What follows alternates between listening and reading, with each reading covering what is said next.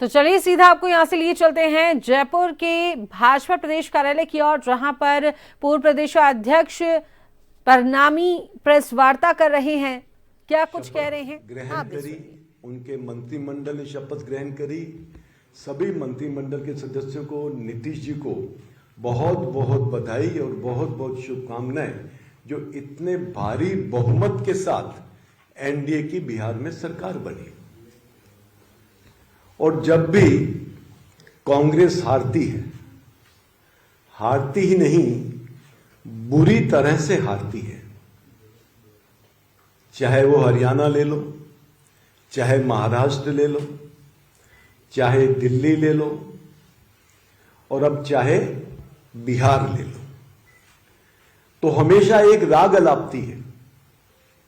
पहले वो राग अलापती थी कि ईवीएम को हैक किया जाता है, ईवीएम के द्वारा भारतीय जनता पार्टी चुनाव जीतती है। सुप्रीम कोर्ट तक केस गया और सुप्रीम कोर्ट ने भी कह दिया कि ईवीएम से जितने भी चुनाव हुए हैं वो सारे निष्पक्ष हुए हैं, ईवीएम की मशीन से कोई छेड़छाड़ नहीं हो सकती। तो ईवीएम का राग अलापना बंद कर दिया, परंतु हार तो निरंतर उनकी हो रही है। अब उन्होंने एसआईआर का राग अलापना शुरू कर दिया। एसआईआर का कांग्रेस और कांग्रेस के साथ जो कुछ विपक्षी दल हैं, उन्होंने इसका पूरे देश में विरोध करना शुरू कर दिया। परंतु मैं चुनाव आयोग को बहुत बहुत बधाई देना चाहता हूं कि उन्होंने मजबूती से इस देश में सही ढंग से चुनाव हो, निष्पक्ष चुनाव हो, हमारा लोकतंत्र मजबूत हो। उन्होंने ना तो वो कांग्रेस से डरे, ना ही वो विपक्ष से डरे, और उन्होंने पूरे देश में एसआईआर कराने का जो उन्होंने निर्णय लिया, उस निर्णय को उन्होंने आगे बढ़ाने का काम किया। बिहार में एसआरआई हो गया, अभी 12 प्रदेशों में एसआईआर और हो रहा है। मैं आज आपके माध्यम से कांग्रेस को यह बताना चाहता हूं कि कम से कम कांग्रेस के नेता इस एसआईआर के बारे में, जिसे हिंदी में अपन हमारी वोटर लिस्ट का पुनर्निरीक्षण कहते हैं, उसको कम से कम पढ़ तो लें, उसका नफा नुकसान तो देख ले कि देश को नफा नुकसान क्या है, कांग्रेस को क्या नुकसान है, इसे नहीं देखना चाहिए। विपक्षी पार्टियों को क्या नुकसान है, इसे नहीं देखना चाहिए। देश को तो नुकसान नहीं है ना, देश का तो इसमें लाभ है, तो इसका विरोध नहीं करना चाहिए। क्योंकि जितने भी अयोग्य मतदाता हैं, जो अपनी पात्रता नहीं रखते, क्या वोटर लिस्ट में उनका नाम होना चाहिए? उनका नाम नहीं होना चाहिए। ये एसआरआई के माध्यम से ये काम हो रहा है। लोकतांत्रिक अधिकारों की रक्षा आज पूरे विश्व में सबसे मजबूत और सबसे बड़ा लोकतंत्र भारतवर्ष में है। दूसरे देश इसका उदाहरण देते हैं। इसलिए लोकतांत्रिक के अधिकारों की रक्षा भी इस एसआरआई के माध्यम से निश्चित रूप से होगी। जितनी भी अनियमितताएं हैं वोटर लिस्ट में, उसका भी वेरिफिकेशन हो जाएगा, वो भी सही हो जाएंगी।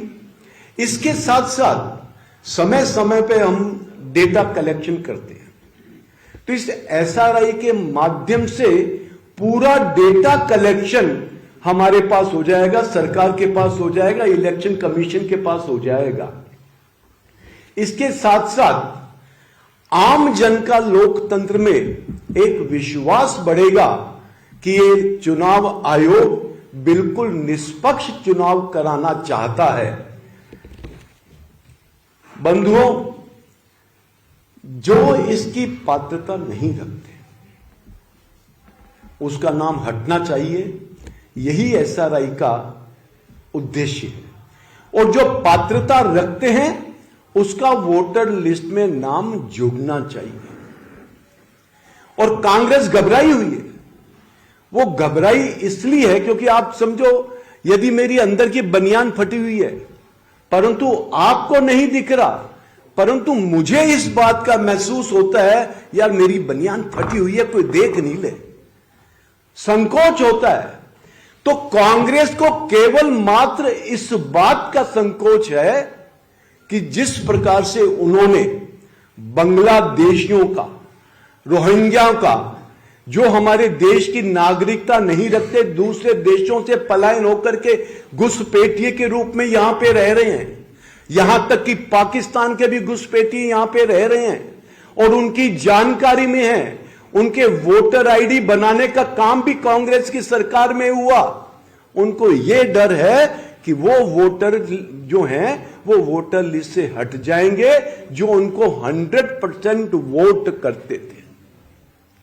आज बिहार में एसआईआर के माध्यम से 75 लाख वोट हटे, 75 लाख वोट हटे हैं। यदि पुनर्निरीक्षण नहीं करते तो ये 75 लाख लोग वहां की सरकार चुनते, जबकि उनको सरकार चुनने का अधिकार नहीं है लोकतंत्र में, परंतु वो सरकार चुनते। तो क्या हमारे देश के लिए ये सही रहता? अभी ये एसआईआर चल रहा है ना, तो मैंने YouTube पे एक बहुत अच्छा वो चल रहा था, मैसेज चल रहा था कि चुनाव के दिन में पोलिंग हो रही है, एक व्यक्ति अपना वोट डाल के और कमरे के बाहर वापस खड़ा हो गया। वो 2 घंटे, 3 घंटे, 4 घंटे, 5 घंटे, 6 घंटे तक इंतजार करता रहा। तो जो अंदर बीएलओ बैठते हैं, जो अपना पोलिंग करवाते हैं, तो उन्होंने उनसे पूछ लिया कि भाई आप क्यों खड़े हो, आपने वोट तो डाल दिया। तो उसने बोला मैं तेरी काकी का इंतजार कर रहा हूं। काकी का मतलब अपनी वाइफ का इंतजार कर रहा है। तो उसने देखा तो उसकी काकी तो वोट डाल गई थी। तो उसने बोला तेरी काकी तो वोट डाल गई। तो उसने बोला कि मैं पिछले 5 बार से इसी प्रकार से आता हूं और काकी मेरे से पहले वोट डाल के चली जाती है, मेरी वाइफ। तो तुम भाई घर से इकट्ठे नहीं आते? नहीं, मेरी पत्नी को तो मरे हुए 10 साल हो गए। उसका वोट भी वोटर लिस्ट में है जिसकी डेथ हो गई। तो क्या सही लोकतंत्र है? क्या इससे निष्पक्ष चुनाव होंगे?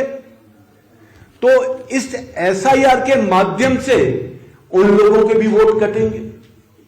जो व्यक्ति यहां नहीं रहता उसके भी वोट कटेंगे। अब ये देखो, बहुत सारे लोग बाहर के प्रदेश से भी हमारे यहां आए हुए हैं, उनका वहां भी नाम है और यहां भी नाम है।